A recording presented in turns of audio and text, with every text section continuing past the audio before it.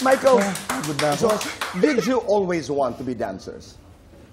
Ako, late bloomer din ako Tito Boy. So, parang wala pa sa akin. Although my parents were Dancers. Latin dancers. Alam mo, yeah. ngayon ko lang nalaman that your parents danced for Penthouse Live Yes. nung panahon nila Archie Lacson dito sa GMA7. GMA EDSA. I remember, ang liit ko pa nung Right. dinadala ako ng mami ko. Na eventually ay napalitan ng kina Martin na Penthouse Live kung saan I was Yes. already handling Martin and Pops as their publicist hanggang naging RSVP, hanggang naging my show and Tell. Ngayon ko lang nalaman yun, Josh. Ako din eh, oo. Ikaw naman, Mike. Matagal na natin I know, magkakilala. I have family friends who know your dad. Who Yes, used to be a Tito Boy, president of a nagulat. shipping company. Yes. Kung hindi ako nagkakamali. Ano ang reaksyon ng tatay nung una kang nagsabing papasukin mong showbiz? Nako, Tito Boy. Alam nila Joshua yun. Nung nalaman nila na magiging member kami ng Maneuvers, ayaw ng dad ko talaga. Strict ang dad ko. Sobra.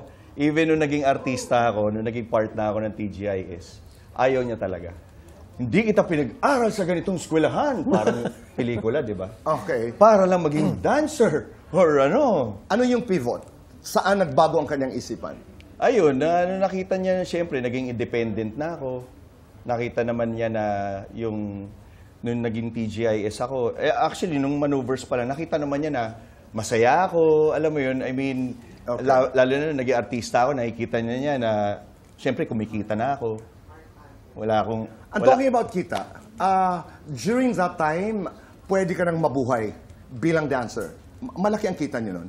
Ako, masasabi ko siguro na hindi naman siya ganun kalaki. Pero during our time, hindi namin talaga tinitignan yung pera. I mean, Kasi bata mas pa tinitignan kami. namin yung number of shows na gagawin namin. But Mas you guys were excited not kami. conscious about saving money, magtatabi ako, wala pa Naku, yun Tito sa... Boy, that time kasi we were Wala so pa young. eh, oo. Kumbaga talagang nasa isip lang namin, bumili ng sapatos.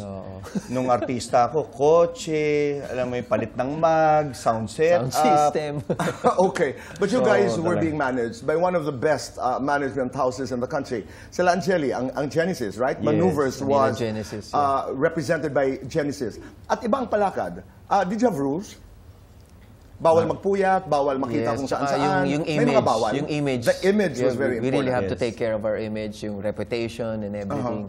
So ano ang naaalala yung mga importanteng batas na hindi dapat masuway? Tito Boy, tinanong mo yan, may naalala ako bigla. I did parang isang alcohol na parang yapi-yapi lang yung dating.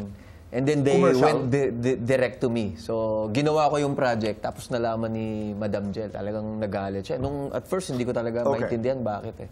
Pero after a long while, naintindihan ko na, kasi alcohol siya and everything. Something to do with the image. So- Okay. And you worked with, I mean, Mr.